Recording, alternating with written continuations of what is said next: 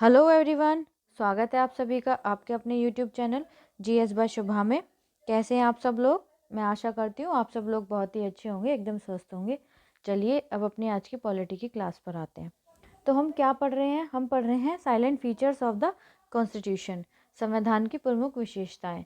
तो आज इस क्लास का कौन सा दिन है? 12वां दिन है। अब तक हम क्या पढ़ चुके हैं? हमने ये जाना कि हमारे संविधान के अंदर अंदर क्या क्या विशेषताएं हैं, किन किन विशेषताओं का प्रावधान है। फिर हमने उसकी आलोचना के बारे में जाना कि किस किस प्रकार से हमारे संविधान की आलोचना की गई है। फिर हमने क्या जाना? फिर हमने जाना था कि हमारा जो संविधान है उसके स्रोत, जो सोर्सेज हैं हमारे इंडियन कॉन्स्टिट्यूशन के, वो कौन से देश से क्या क्या सोर्सेज लिए गए हैं, उसके बारे में हमने पढ़ लिया था।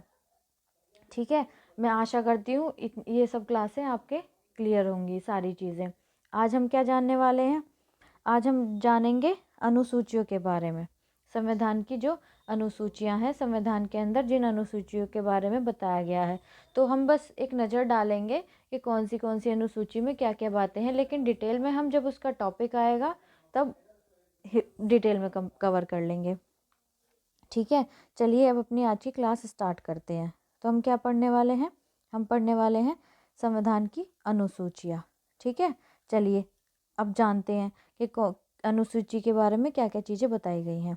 तो सबसे पहले क्या आता है? सबसे पहले आता है हमारी प्रथम अनुसूची। क्या आता है? हमारी प्रथम अनुसूची। तो हमारी जो प्रथम अनुसूची है उसमें क्या बताया गया है? उसमें किस बारे में बताया गया है? जो राज्य हैं, राज्यों के नाम एवं उनके न्यायिक क्षेत्र, मतलब कि राज्यों के नाम किस किस प्रकार से रखे जाएंगे, या किस राज्य का क्या नाम रखा जाएगा, या फिर उसका जो न्यायिक क्षेत्र है, कहाँ तक उसका न्यायिक क्षेत्र आता है, इन सब बातों के बारे में प्रथम अनुसूची में बताया गया है। जैसा कि मैंने आपको पहले बता ही दिया है, डिटेल में तो हम बाद में पढ़ेंगे, लेकिन ये इसलिए है जिससे आपको एक माइंड में ये सेट हो जाए कि हमको आगे क्या पढ़ना है, अनुसूची के बारे में हमको क्या क्या पढ़ना है। ठीक है, फिर आगे इसमें क्या है? आगे है इसमें संघ राज्य क्षेत्रों के नाम एवं उनकी सीमाएं। जो संघ राज्य क्षेत्र आते हैं तो उनके नाम और उनकी सीमाओं के बारे में बताया गया है। तो ये कौन से आर्टिकल से रिलेटेड है? ये जो मैंने आपको बताया था, ये बातें कौन कौन से आर्टिकल से रिलेटेड है? आर्टिकल 1 और आर्टिकल 4, अनुच्छेद 1 और अनुच्छेद 4 से ये चीज़ें रिलेटेड हैं। इतनी बात क्लियर है? चलिए अब आगे चलते हैं, आगे देखते हैं। आगे आती है हमारी दूसरी अनुसूची। क्या आती है? दूसरी अनुसूची। तो दूसरी अनुसूची में क्या बताया गया है? परिबद्धियों पर भत्ते, विशेषाधिकार और इससे संबंधित प्रावधान। क्या बताया गया है? जो परिबद्धियों हैं, जो परिलब्धियां हैं, उनके जो भत्ते हैं उस बारे में बताया गया है, उनके जो विशेषाधिकार हैं उनके बारे में बताया गया है, और इससे संबंधित क्या क्या प्रावधान है उनके बारे में बताया गया है। तो भत्ते किस किस किसके लिए हैं, या विशेषाधिकार किस किस पद के लिए हैं, वो हम दूसरी अनुसूची में जानेंगे। तो किन किन चीज़ों के लिए, किन किन के पद के लिए है? पहले आते हैं भारत के राष्ट्रपति। तो राष्ट्रपति के क्या क्या भत्ते हैं, क्या क्या अधिकार हैं, ये आता है। फिर आता है राज्यों के राज्यपाल। क्या आता है? राज्यों के राज्यपाल। फिर आता है लोकसभा के अध्यक्ष और उपाध्यक्ष। क्या आता है? जो हमारे जो लोकसभा है उसके अध्यक्ष और उपाध्यक्ष, उनके क्या भत्ते हैं, क्या उनके अधिकार हैं, ये सब चीज़ें इस जो उनके कार्य क्षेत्र है जो भी है, ये इसके अंदर आते हैं, इसके अंतर्गत आते हैं, दूसरी अनुसूची के अंतर्गत। साथ ही साथ और क्या क्या चीज़ें आती हैं? जो राज्यसभा के सभापति हैं और उपसभापति हैं, उनके जो भत्ते हैं, उनको कितनी सैलरी मिलती है, ये सब बातें, और उनके क्या क्या अधिकार हैं, वो सब चीज़ें आती हैं। ठीक है, आगे जानते हैं आगे क्या है। आगे है राज्य विधानसभाओं के अध्यक्ष और उपाध्यक्ष। साथ ही साथ राज्य की जो विधानसभा है उनके अध्यक्ष और उपाध्यक्ष, तो उनके जो जो अध्यक्ष और उपाध्यक्ष होते हैं उनको कितने क्या क्या भत्ते दिए जाते हैं और उनके क्या क्या विशेष अधिकार हैं, इन सब बातों के बारे में बताया गया है। साथ ही साथ आगे क्या बताया गया है? आगे है कि राज्य विधान परिषद के सभापति और उपसभापति के बारे में। जो राज्य के विधान परिषद है उसके सभापति और उपसभापति की जो क्या है भत्ते हैं, जो रिटायर हो गए हैं उनकी पेंशन वगैरह के बारे में, या फिर जो है उनकी सैलरी कितनी है, कौन से भत्ते लगते हैं, कितने उनको सैलरी मिलती है सभापति और उपसभापति की, और क्या क्या उनके विशेष अधिकार हैं, इन सब चीज़ों के बारे में बताया गया है। कौन सी अनुसूची में? दूसरी अनुसूची में।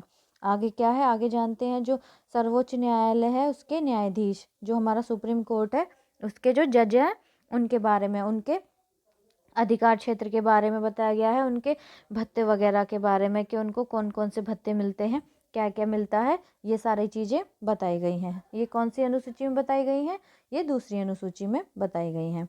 फिर आगे क्या है, आगे है उच्च न्यायालय के न्यायाधीश। जो उच्च न्यायालय है, हाई कोर्ट है हर स्टेट का, उनके जो न्यायाधीश हैं उनको कितनी कितनी सैलरी दी जाएगी और उनके क्या क्या विशेष अधिकार हैं, इन सब चीज़ों के बारे में बताया गया है। और लास्ट क्या है हमारा, लास्ट है भारत के नियंत्रक एवं महालेखा परीक्षक, जिनको हम क्या बोलते हैं, कैग बोलते हैं।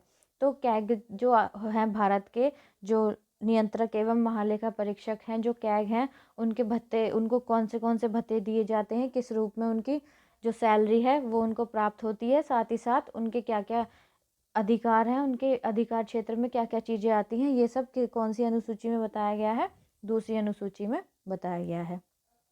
आई होप आपको इतनी बात क्लियर होगी। साथ ही साथ आगे ये जानते हैं कि ये सब इनका जो भत्ते हैं, कार्य क्षेत्र है, जो भी है इनके विशेष अधिकार है, ये हैं कौन से आर्टिकल से संबंधित, कौन से अनुच्छेद से संबंधित है, वो जानते हैं। अनुच्छेद 59, 65, 75, 97, 125, 148, 158, 164, 186 एवं 221। तो जो हम अभी ऊपर सारी बातें पढ़ चुके हैं, जान चुके हैं कि जो हमारा जो अनुसूची है, दूसरी अनुसूची, तो उसमें किस किस के बारे में, कार्य क्षेत्र के बारे में, विशेषाधिकार जो हैं उसके बारे में, साथ ही साथ उनके भत्ते वगैरह के बारे में बताया गया है। तो इनके बारे में कौन से अनुच्छेद में चीज़ें बताई गई हैं जो मैंने आपको अभी बताया है। आई होप इतनी बात आपको क्लियर होगी। चलिए अब थोड़ा आगे चलते हैं। आज थोड़ी सी स्पीड ज़्यादा है, ज़्यादा इसलिए है कि फिर क्लास ज़्यादा लंबी हो जाती है और फिर ये आर्ट जितनी भी अनुसूचियां हैं ये आज ही क्लास में ही सारी कवर करवानी है, तो इसलिए थोड़ी सी आज स्पीड बढ़ा दी गई है। ठीक है, फिर हम बात करते हैं अपनी जो हमारी आती है भारतीय संविधान के अंदर तीसरी अनुसूची। तो तीसरी अनुसूची के अंदर किन किन बातों के बारे में जिक्र किया गया है, किन किन बातों के बारे में बताया गया है, वो चीज़ हम जानते हैं। इसमें बताया गया है कि इसमें विभिन्न उम्मीदवारों द्वारा ली जाने वाली शपथ या प्रतिज्ञान के प्रारूप दिया गया है।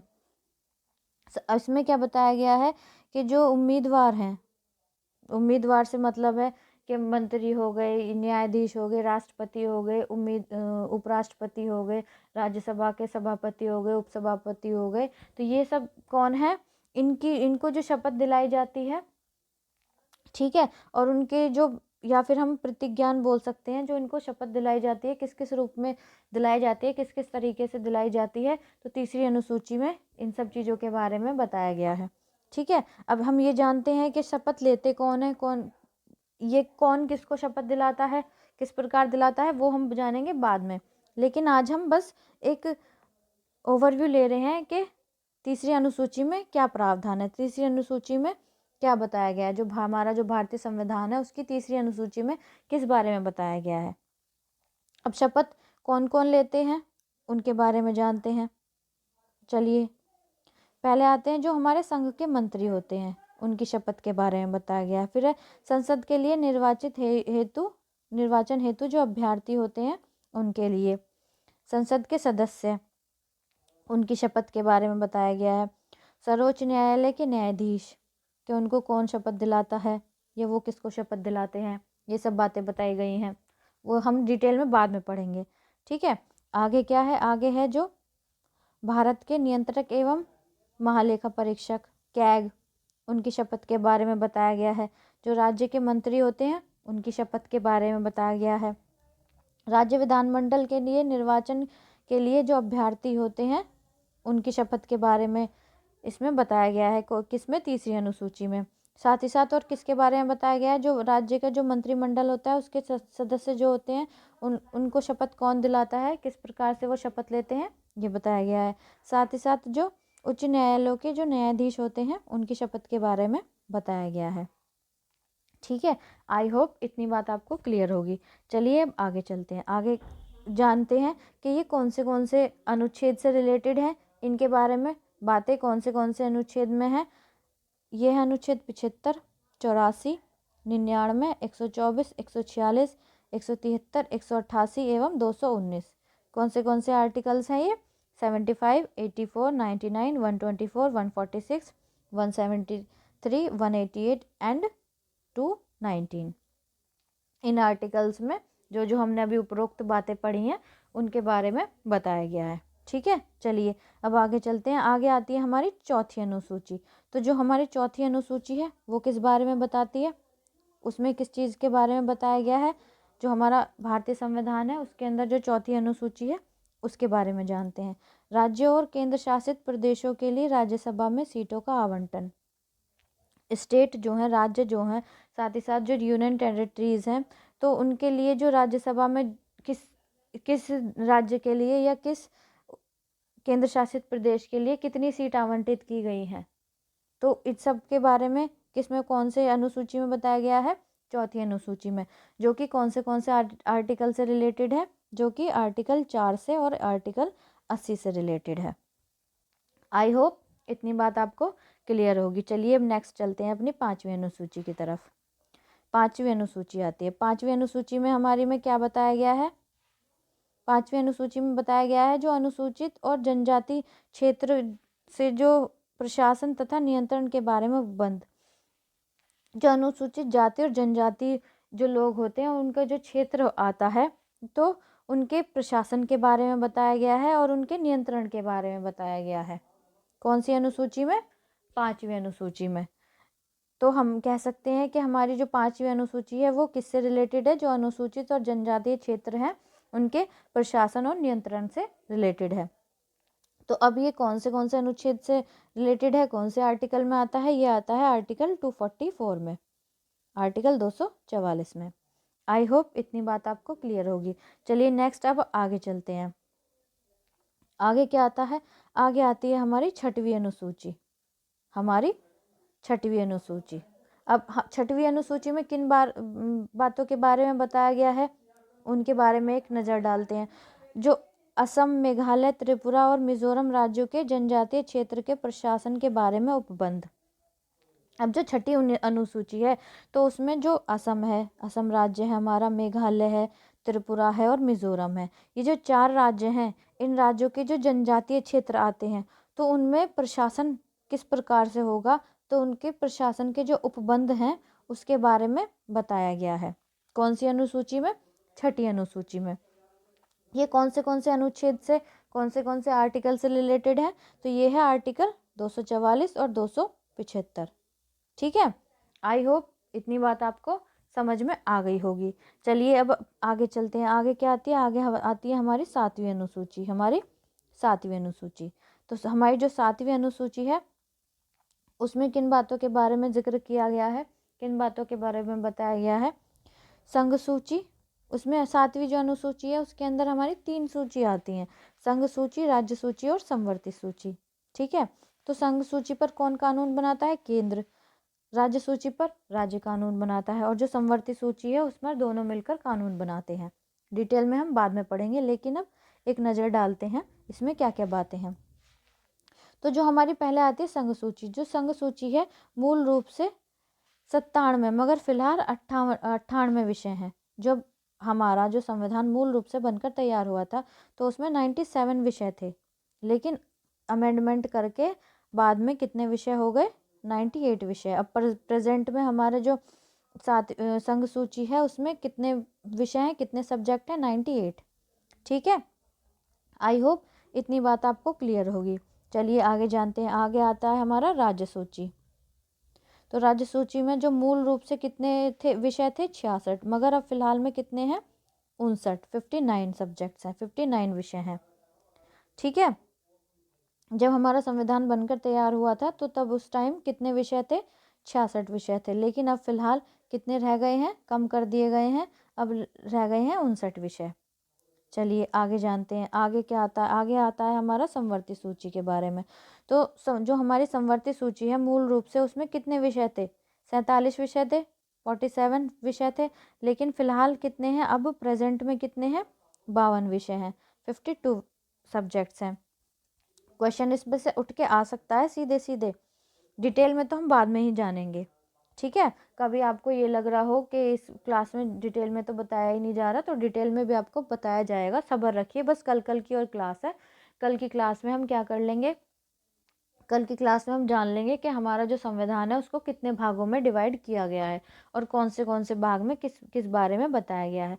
फिर परसों से हम क्या करेंगे, हम अपने जो हमारे संविधान की प्रस्तावना है, प्रियम्बल है, उसके बारे में कंप्लीट डिटेल में पढ़ना शुरू कर देंगे। ठीक है, तो चलिए अब अपने इस टॉपिक इस पर आते हैं। तो जो समवर्ती सूची है, जिस पर क्या है, केंद्र और राज्य मिलकर दोनों ही कानून बना सकते हैं, तो मूल रूप से उसमें कितने विषय थे, 47 विषय थे। लेकिन अब फिलहाल में कितने हैं, प्रेजेंट टाइम में है उसमें 52 विषय के संदर्भ में राज्य और केंद्र के मध्य शक्तियों का विभाजन है। ठीक है, तो जैसे मैंने आपको बता दिया कि शक्तियों का विभाजन किया गया है इसमें, जो केंद्र और राज्य हैं उनके बीच में जो शक्तियों का बंटवारा है, उन सब चीज़ों के बारे में बताया गया है। ठीक है, कौन सी अनुसूची है, ये हमारी 7वीं अनुसूची। अब ये कौन से आर्टिकल से रिलेटेड है, आर्टिकल आता है इसमें 246, 246 आर्टिकल आता है इसमें। इसमें कौन से आर्टिकल में इन बातों के बारे में बताया गया है, 246, 246 आर्टिकल में इस बारे में बताया गया है। तो ये थी हमारी 7वीं अनुसूची। अब हम जानते हैं अपनी 8वीं अनुसूची के बारे में, जो किससे रिलेटेड है, भाषा से रिलेटेड है। तो 8वीं अनुसूची के बारे में जानते हैं हम। तो 8वीं अनुसूची में क्या बताया गया है, संविधान द्वारा मान्यता प्राप्त भाषाएं, जिनको संविधान के द्वारा मान्यता प्राप्त की गई है, जिन भाषाओं को मूल रूप से 14, मगर फिलहाल 22। जब संविधान हमारा बनकर तैयार हुआ था मूल रूप से, तो उस टाइम कितनी भाषाएं थी, कितनी भाषाओं को मान्यता प्राप्त थी, केवल 14 भाषाओं को। लेकिन संशोधन होने के बाद, अमेंडमेंट होने के बाद अब प्रेजेंट में 22 भाषाएं दी गई हैं हमारे संविधान के अंदर। ठीक है, तो ये भाषाएं कौन कौन सी हैं, चलिए इनके बारे में जानते हैं। एक भाषा है असमिया, बांग्ला, बोडो, डोगरी, गुजराती, हिंदी, कन्नड़, कश्मीरी, कोंकणी, मैथिली, मलयालम, मणिपुरी, मराठी, नेपाली, उड़िया, पंजाबी, संस्कृत, संथाली, सिंधी, तमिल, तेलुगु तथा उर्दू। कौन सी भाषाएं, मैं फिर से बता देती हूँ, असमिया, बांग्ला, बोडो, डोगरी, गुजराती, हिंदी, कन्नड़, कश्मीरी, कोंकणी, मैथिली, मलयालम, मणिपुरी, मराठी, नेपाली, उड़िया, पंजाबी, संस्कृत, संथाली, सिंधी, तमिल, तेलुगु तथा उर्दू। तो ये कितनी भाषाएं हैं जिनको हमारे संविधान द्वारा मान्यता प्राप्त है, ये 22 भाषाएं हैं। चलिए अब इनमें आगे जानते हैं। आगे क्या बताया गया है कि जो सिंधी भाषा को 1967 में 21वें संशोधन अधिनियम द्वारा जोड़ा गया। अब जो ये सिंधी भाषा है, इसको 1967 में जो हमारा 21st अमेंडमेंट हुआ था, उसके द्वारा जोड़ा गया है। कोंकणी, मणिपुरी और नेपाली भाषा को 1992 के 71वें संशोधन अधिनियम द्वारा, अब कौन सी भाषाएं, कोंकणी, मणिपुरी और नेपाली, जो ये 3 भाषाएं हैं, इनको जो 1992 के अंदर 71st जो अमेंडमेंट हुआ था उसके द्वारा जोड़ा गया। और बोडो, डोगरी, मैथिली और संथाली को 2003 के 92वें संशोधन अधिनियम द्वारा जोड़ा गया था। साथ ही साथ आगे क्या है, आगे आता है बोडो, डोगरी, मैथिली और संथाली। ये जो 4 भाषाएं हैं, इनको क्या हुआ था, 2003 के अंदर हमारा 92nd जो अमेंडमेंट हुआ था उसके द्वारा क्या गया, इनको जोड़ा गया था। ठीक है, चलिए आगे क्या है, आगे है उड़िया का नाम बदलकर 2011 में ओडिया कर दिया। अब उड़िया जो है, इसका नाम बदलकर 2011 में क्या कर दिया गया, ओडिया कर दिया गया। अब ये कौन से आर्टिकल से रिलेटेड है, कौन से आर्टिकल आते हैं इसके तहत, एक तो आर्टिकल आता है आपका 344, 344, साथ ही साथ आता है 351, 351 अनुच्छेद से ये रिलेटेड है। ठीक है, चलिए आई होप इतनी बात आपको क्लियर होगी। अब आगे जानते हैं, आगे आती है हमारी 9वीं अनुसूची। तो हमारी जो 9वीं अनुसूची है उसमें किन बातों के बारे में बताया गया है, किन किन चीज़ों से रिलेटेड है, उसके बारे में जानते हैं। क्या आती है हमारी 9वीं अनुसूची। तो 9वीं अनुसूची में क्या है कि भू सुधारों, जो भू सुधार हैं, भू सुधारों और जमींदारी प्रणाली के उन्मूलन से संबंधित राज्य विधानमंडलों और अन्य मामलों से संबंधित सदन के अधिनियम और विनिमय, जो मूलतः कितने थे, 13 थे, परंतु अब वर्तमान में कितने हो गए हैं, ये 242। ठीक है, आगे है, इस अनुसूची को पहले संशोधन 1951 द्वारा मूल अधिकारों के उल्लंघन के आधार पर न्यायिक संवीक्षा से इसमें सम्मिलित कानूनों से इसे बचाने के लिए जोड़ा गया था। तथापि वर्ष 2007 में उच्चतम न्यायालय ने निर्णय दिया कि इस अनुसूची में 24 अप्रैल 1975 के बाद सम्मिलित कानून को न्यायिक समीक्षा की जा सकती है। जो सम्मिलित कानून होंगे उनकी क्या की जा सकती है, न्यायिक समीक्षा की जा सकती है। अब मैं आपको एक्सप्लेन करती हूँ। इसमें क्या हुआ था, 1991 में 1951 में एक अमेंडमेंट हो गया था कि हम कोई भी कानून बना के 9वीं अनुसूची के अंदर डाल सकते हैं। तो उस पर क्या है, कोई ऑब्जेक्शन नहीं कर सकता, एक तरीके से वो हमारा मूल अधिकार हो जाएगा। लेकिन बाद में क्या हुआ, 2007 में 2007 के बाद जो वर्ष 2007 में जो उच्चतम न्यायालय था उसने क्या निर्णय दिया कि ये जो अनुसूची है इसमें 24 अप्रैल 1975 के बाद जितने भी कानून हैं, जितने भी मामले हैं, जो भी कानून बनकर इसमें डाल दिए गए हैं, उसकी क्या हो सकती है, न्यायिक समीक्षा की जा सकती है। पहले सरकार क्या करती थी, संसद में कोई भी कानून पास करवा लिया, वो बनाने के बाद वो 9वीं अनुसूची के अंदर डाल दिया, तो उस पर क्या है, ना तो कोई न्यायिक समीक्षा हो सकती है, ना कोई उसमें ऑब्जेक्शन उठा सकता है, ना ही कोई क्या कर सकता है, ना ही कोई न्यायालय के अंदर जा सकता है। तो फिर 2007 में क्या हुआ, जो हमारा उच्चतम न्यायालय है, जो हमारा सुप्रीम कोर्ट है, उसने क्या निर्णय दिया कि 24 अप्रैल 1975 के बाद जितने भी कानून हैं, ठीक है, तो उनको क्या है, उनकी न्यायिक समीक्षा की जा सकती है, जिससे कि क्या है, संसद दोबारा से फिर से मतलब जिसकी भी सरकार आएगी सत्ता के अंदर, केंद्र के अंदर जो भी गवर्नमेंट आएगी, वो तो अपनी सहूलियत के हिसाब से कानून बना देती और क्या है, इस वाली अनुसूची के अंदर, 9वीं अनुसूची के अंदर डाल देती।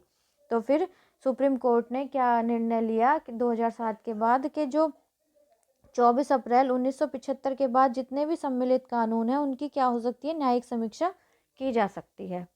तो ये क्या किसमें था, ये हमारा 9वीं अनुसूची के बारे में, 9वीं अनुसूची में इसके बारे में प्रावधान था। ठीक है, आई होप आपको ये बात क्लियर हो गई होगी।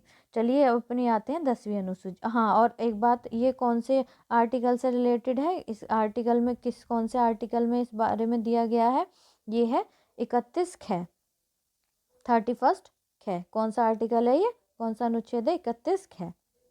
इतनी बात क्लियर है। चलिए नेक्स्ट आगे चलते हैं अपनी 10वीं अनुसूची के बारे में। तो हमारी जो 10वीं अनुसूची है वो क्या बताती है, वो क्या कहती है, जो 10वीं अनुसूची है, ठीक है। तो 10वीं अनुसूची क्या कहती है, 10वीं अनुसूची बताती है कि दल बदल के आधार पर संसद और विधानसभा के सदस्यों की निर्भरता के बारे में उपबंध। इस अनुसूची को 52वें संविधान संशोधन अधिनियम 1985 द्वारा जोड़ा गया। इसे